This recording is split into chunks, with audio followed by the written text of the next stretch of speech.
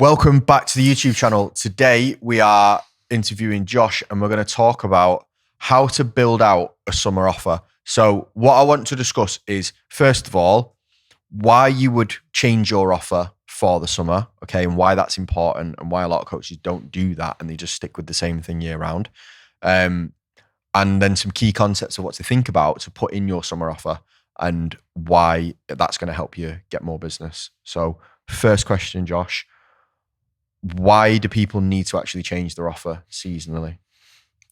I think the easiest way of saying it is to generate more interest. So probably really quickly, just because you're changing your offer doesn't mean you're changing your program in any way. You can sell exactly the same program ethically without lying to people and just package it in a different way. So summer is a really easy example because a lot of transformation coaches do get really busy in the lead up to summer, or a lot of their clients will want to get in shape for summer. So if you can repackage what you do in a more attractive way for the lead up to summer, you're going to generate more interest and potentially be able to either get more clients in or charge a higher price for it because it's going to be seen as more valuable because it's more specific.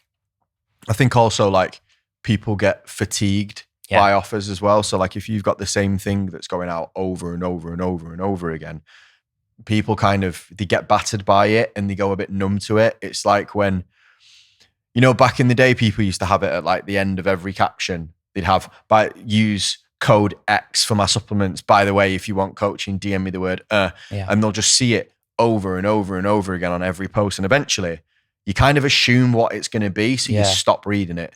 And I think offers are very similar where if people are, it's the same coaching program, it's the same program, it's the same program. If it's not quite speaking to people, making a little bit of a change seasonally and maybe revisiting it like once a quarter or something like that can make a massive difference in, that maybe 10% of people that it wasn't quite there for. Mm-hmm.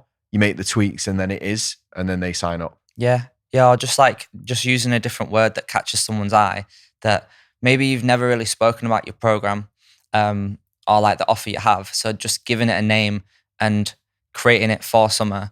You can start mentioning that in content, and then all of a sudden you grab someone's attention who maybe watches your content and like, this person's really good. And then you start mentioning your, whatever you call your summer offer, and they're like, what's that? And you can start a conversation that way, or they might just pique their interest as to, they've never really spoken about their coaching before. I don't really know much about it.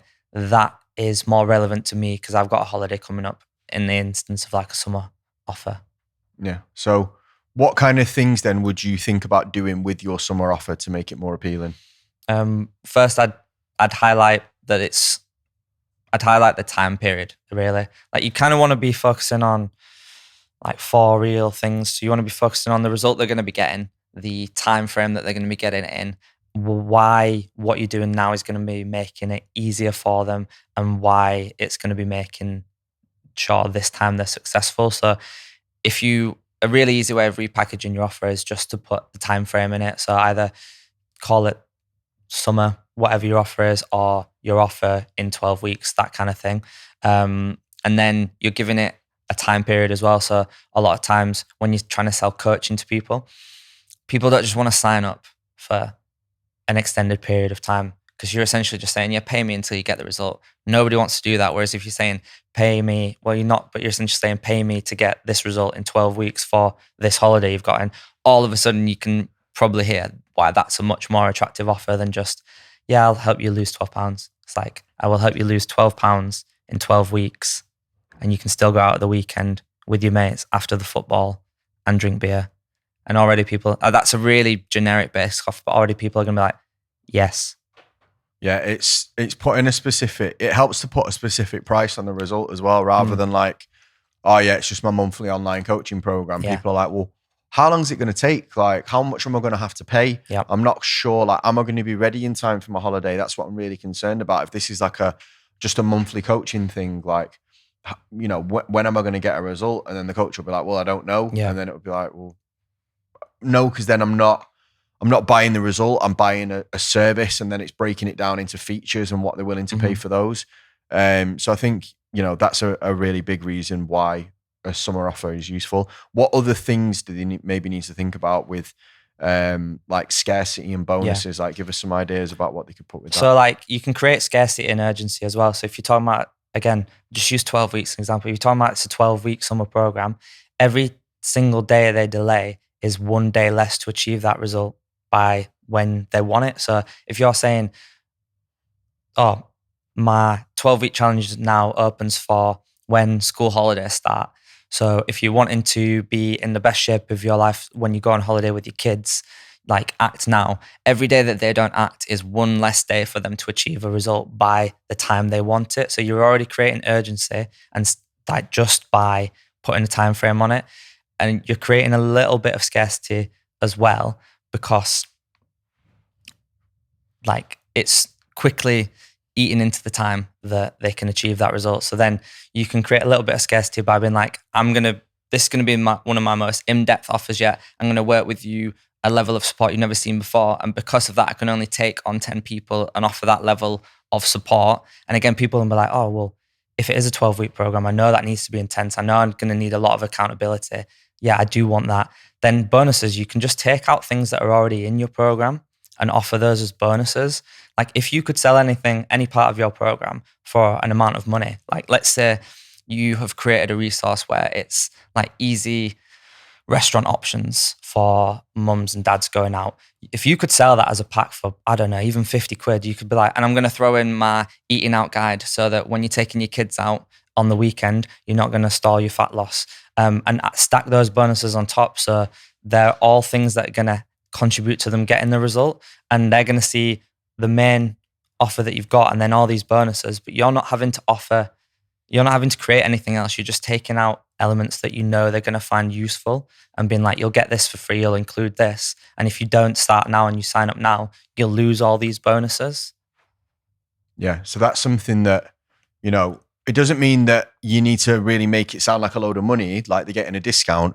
But what I would always recommend is making the bonuses sound like handle the objections of what the potential audience could be. Because the problem that a lot of coaches have is that they don't make their program really deal with the issues of the audience. There's lots of things that they do after clients sign up that the client's like, oh, I never realized that I got this level of care and, people helped me with this and you were willing to do this. So it's about showing that more on the front end. Yeah. So people are actually aware of what they get. A lot of coaching programs are a lot better once clients are inside it than how they make it seem, which actually is a problem because there's something about being pleasantly surprised of how good a program is. But if it's happening too much and I never knew it was going to be this good, you've got a marketing problem. Yeah, and you've probably got a problem with your offer. Yeah.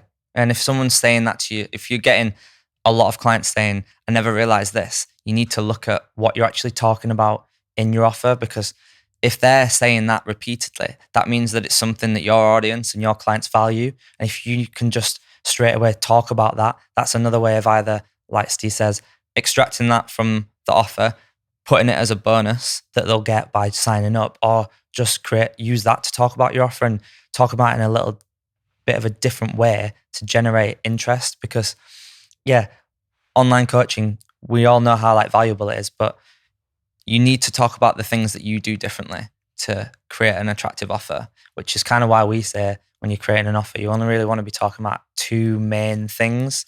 So if you're talking about more than two main things, can you extract that third thing and list it as a bonus that they get at the end of the pitch, as opposed to being like, and then you get this, and then you get this. It's like, no, this is the main two parts of my offer. And if you sign up now, you also get access to this that solves the next problem you're going to have, this that solves the next problem, stack that way. And then people are like, oh, but you only get that if you sign up to this 12-week challenge. And again, it's all ethical. You're just selling them the same thing. You're just repackaging what you do in a different way. Yeah. A good exercise to do for this is when you're getting objections, maybe on sales calls, or people saying, I don't really want to sign up because of X. Other than finances, if they say, I'm not signing up because I can't afford it, there's very little you can do. The goal is to get the real reason out of them, why they don't see the value in it. Once you get that reason, write it down and think, right, next time somebody has this problem, maybe not everybody in your audience has that problem, but next time somebody comes up with this problem, I'm going to offer them this bonus to be able to deal with it. So one of the issues that you may have is people being like, I don't think I've got time to do it. And if that's not one of the main concerns of your audience that you've handled with your main offer, then you can be like, look, this is what I'm going to do. I'm going to do my timetabling session with you, which means that if you sign up, I'll give you a bonus call where me and you are going to sit down and we're going to map out your whole schedule to make sure that you can get everything done. I'll sit down with you personally. Now, if a client got into your program and said, I don't have the time to do it, I'm really struggling to, you would probably do that anyway. Mm-hmm. So it's about looking at the things that you're potentially willing to do to get your client a result and using that to handle the objections in the sales process. Yeah, definitely. And that's really when we talk about like different offers and repackaging, you're just taking unless you're completely changing your program, you're just taking your program and looking at, can I talk about it in a different way?